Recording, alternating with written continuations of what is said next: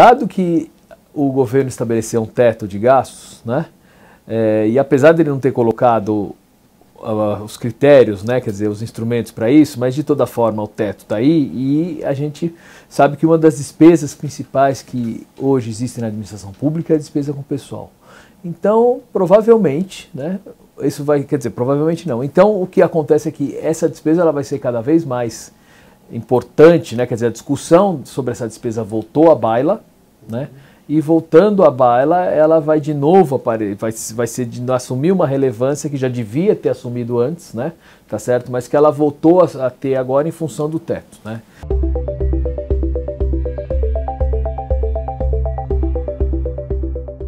Então é bom a gente falar um pouco não só sobre a despesa, mas sobre a gestão de pessoal do serviço público, né? Eu acho que o grande problema da gestão de pessoal, e que aí logicamente está relacionado ao gasto, é o fato de que o servidor ele tem um incentivo muito forte para entrar, quer dizer, a pessoa tem um incentivo muito forte para entrar na administração pública, porque ele presta um concurso e com salários de início de carreira bem elevados, né? E com o passar do tempo, o incentivo que ele tem para ter um desempenho adequado é muito fraco. Quer dizer, ele tem um incentivo para prestar o concurso e depois a estrutura que a gente chama de incentivos, quer dizer, a cobrança de desempenho ou a própria recompensa pelo fato de ele ter um desempenho adequado é muito fraca. Então, se ele ficar na administração pública e tiver fazer o trabalho dele direitinho, tal, etc., ele chega lá no final da carreira sem muito sobressalto, né? Também, se ele for muito bem, não tem nada que vai garantir que ele vai ter uma evolução mais rápida. E se ele for muito mal, não tem nada também que vai levar ele a ter algum tipo de punição ou coisa parecida. Então, esse eu acho que é um dos problemas principais do ponto de vista da gestão, né? E isso tem consequências, logicamente, do ponto de vista da despesa, né? A gente vê que a despesa com o pessoal vai aumentando, né? Por quê? Porque existe uma estrutura de carreira que é muito achatadinha, quer dizer, o salário inicial e final tem uma diferença muito pequena. Então isso faz com que o servidor ele logo atinja o topo da carreira, né? Isso tem uma implicância do ponto de vista da despesa com o pessoal, porque o salário de início de carreira é muito alto, né? Tem a questão da estabilidade, que ela é generalizada para todo mundo. Então isso são questões que ao mesmo tempo que batem na gestão, batem na despesa também, certo? Bom, eu queria nessa discussão qualificar um pouco também que existem dois grupos que a gente precisa tratar diferenciadamente na discussão. Um que é o grupo de servidores ativos e o outro que é o grupo de servidores já aposentados, inativos, né?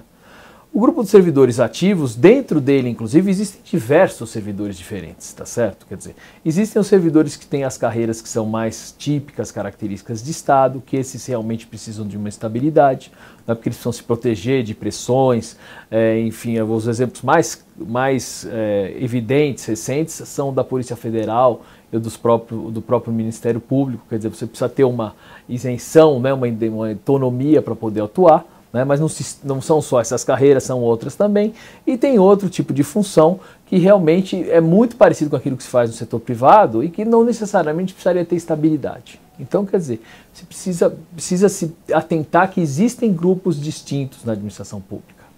Quando a gente desenhou a emenda constitucional que foi depois aprovada em 1998, a gente pensou nisso, né, em tratar os grupos diferentes. Inclusive, várias dessas medidas estão até hoje paradas no Congresso, né, quer dizer, não foram para frente, várias coisas que precisavam ter sido regulamentadas da emenda nessa parte de gestão de pessoal que poderiam hoje estar levando uma gestão muito melhor. Então tem que se retomar, na verdade, em vez de inventar muita coisa nova, é só olhar para o que a emenda lá constitucional previa naquela época e tentar regulamentar. Muita coisa já está, a previsão para que se regulamente já está definido lá.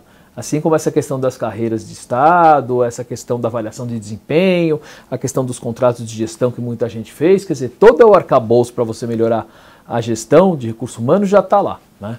Bom, feito esse parênteses, então, é bom a gente deixar claro também que, quer dizer, como eu falei, dentro dos ativos tem grupos diferentes, né? Então tem os grupos das carreiras que são típicas de Estado, tem o grupo do pessoal que é mais, que são as atividades são mais parecidas com o do setor privado, né? Tem os marajás, né? Vamos retomar até um termo que estava em desuso há muito tempo, mas você tem realmente aquele pessoal das altas carreiras, a gente vê muita coisa hoje aparecendo na imprensa, coisa que no passado, inclusive, não aparecia, hoje já aparece, né? E esse grupo precisa realmente, de certa forma, ter um controle maior, uma transparência maior sobre o que acontece, né? E o outro grupo, tem um outro grupo de servidores que a gente fala, não, o servidor público ganha muito bem, mas não é todo mundo que ganha bem. Você olha muitas vezes na área de saúde, os professores, né? Eles não ganham tão bem assim, vivem reclamando, quer dizer, então a gente também não pode tratar todo mundo de forma igual. Esse é um princípio primeiro da gestão da administração de pessoal, é que os grupos não são exatamente iguais, e a gente precisa mapear bem, identificar o que é cada grupo. Tratar todos de forma isonômica, eu acho que já é um problema da gestão de recursos humanos, que vem desde lá de trás, esse princípio da isonomia. A gente precisa, tudo bem, ter garantias parecidas, algumas coisas para todo mundo, mas eu acho que a gente tem que tratar de forma diferenciada, certo? Bom, esse grupo, por exemplo, que a gente ouve falar muito, escuta muita notícia de que juízes, etc., e funcionários que ganham muitos salários muito altos, né? É um grupo que não é tão numericamente significativo dentro da administração, mas eles causam uma despesa muito grande. Então, em relação a esse aí, realmente precisava ter um controle um pouco maior, como eu estava falando para você, né? Quer dizer, antes da emenda constitucional de 98, inclusive, os aumentos salariais no judiciário, no legislativo, podiam ser feitos por portarias, por instruções internas, agora tem que ser por projeto de lei, né? Mas, enfim... então o tratamento também dessas questões de pessoal entre os três poderes também é muito diferente, muito distinta. E isso a gente também tem que tentar uniformizar mais, quer dizer, sob o pretexto de que eles precisam ter uma autonomia operacional, esses dois poderes, o legislativo e o judiciário, e realmente eles precisam ter uma autonomia operacional, eles entendem que precisam ter autonomia da gestão nesse ponto de vista também, o que eu acho absolutamente errado. Certo? Quer dizer, quem deveria fiscalizar, na verdade, o que ocorre quais são os problemas que ocorrem na administração pública, são os próprios agentes que estão se aproveitando desse mecanismo para gerar aumento de salários maiores. Então isso realmente precisaria ter um controle maior, nós já vamos falar um pouco mais disso, né? Bom, em relação eu falei que o outro grupo importante para a gente falar seria o grupo dos inativos, né? O grupo dos inativos eu acho que aí sim a gente tem um problema, porque a gente tem um grupo de pessoas que ganham uma aposentadoria para a qual elas não contribuíram proporcionalmente, certo? Quer dizer, a contribuição que você tem no regime é muito menor do que a aposentadoria ativa, ainda que eles contribuam mais do que os funcionários do setor privado via INSS. Essa contribuição deles não é suficiente para pagar uma aposentadoria integral, então a gente tem um rombo hoje nesse sistema, só entre servidores públicos federais, de 100 bilhões por ano, que é um rombo muito grande. Certo? Então a gente precisaria diminuir isso. Como você faz isso, né? Eu acho que a única solução que você tem nesse caso é realmente, infelizmente, né? Ou, quer dizer, infelizmente que eu digo para quem é inativo, mas olhando do ponto de vista da sociedade, eu estou preocupado com o financiamento de outras políticas sociais, etc. Você teria que tributar também esses inativos, certo? Tributar, eu digo, né? Fazer eles pagarem uma contribuição maior pelo fato de terem essa aposentadoria. Certo? De novo, eles não são vilões, não é nada disso, eles estão apenas seguindo a lei. O problema está na legislação que possibilita isso. Não é? Então, eu acho que essa é uma solução, e a gente, logicamente, teria que aproximar as regras de aposentadoria o máximo possível das do setor privado. Estabilidade deveria ter específica para algumas categorias, certo? Avaliação de desempenho deveria ter para todo mundo, certo? Contrato de gestão, né? A avaliação de desempenho preferencialmente baseada em contratos de gestão, deveria ter para todo mundo também, certo? Então tem coisas que precisam melhorar muito ainda na gestão de recursos humanos. E isso ajuda na gestão da despesa. Por quê? Porque se você consegue ter mecanismos de gestão mais adequados, provavelmente isso vai gerar mais economia também, certo? Um outro instrumento que eu acho muito importante, que os governos não usam e que precisariam usar com maior frequência, é o que a gente chama de planejamento da força de trabalho. O que é o planejamento da força de trabalho? O planejamento da força de trabalho é um instrumento que te possibilita dizer quantos servidores você precisa, certo? Com que perfil ao longo do tempo. Então isso te possibilita fazer um planejamento não só de despesas, mas de toda a tua gestão de pessoal. Você vai dizer, bom, eu preciso ter esse tipo de perfil, então o concurso vai ter essas características, a avaliação de desempenho tem que ter essas características, certo?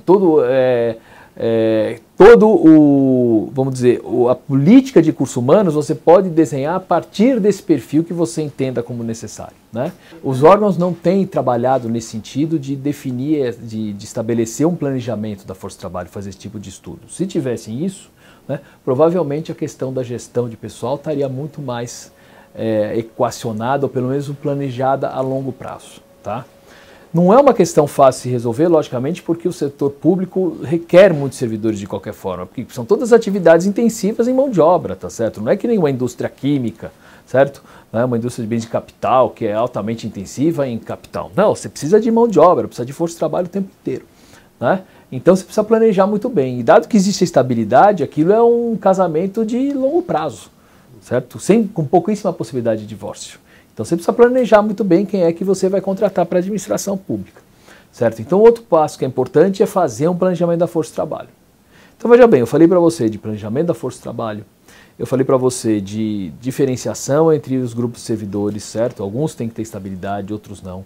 Eu acho que essa medida que o governo está fazendo agora de alargamento da carreira, né, de tentar ter uma diferença maior de salário inicial e final, isso é importante para dar uma perspectiva realmente de carreira.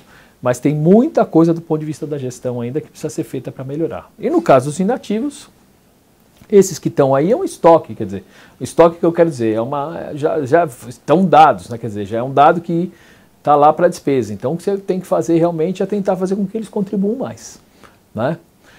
Por fim, quer dizer, em relação a esses privilégios e toda essa questão remuneratória, que tem uma série de distorções na administração pública, tem gente que ganha mais do que devia ganhar, gente que devia ganhar ganhando menos do que devia ganhar, quer dizer, não dá para você também generalizar que está todo mundo no mesmo barco, né? Eu acho que a gente precisava ter um comitê de gestão de remuneração no serviço público, certo? Esse comitê não devia ser um comitê apenas composto por pessoas do setor público, mas justamente deveria ter especialistas de fora do setor público que viessem do setor privado também, para poder gerir de forma mais adequada essas questões de remuneração. De gestão, de recursos públicos, de gestão de recursos humanos, tal. Por quê? Porque como estão todos ali, todos os servidores estão interessados no processo, tá certo? Então o que acontece? É difícil, não existe uma relação na qual, né, alguém pode tomar às vezes uma medida mais rígida, tal, porque de certa forma essa pessoa também ela está identificada com o grupo de servidores que está atuando lá. Então eles têm que... É difícil, né, muitas vezes, para a pessoa cortar alguma coisa ou para ser um pouco mais rigorosa. Então o ideal é que tenha um comitê que tenha pessoas externas ao serviço público para também cuidar dessa questão.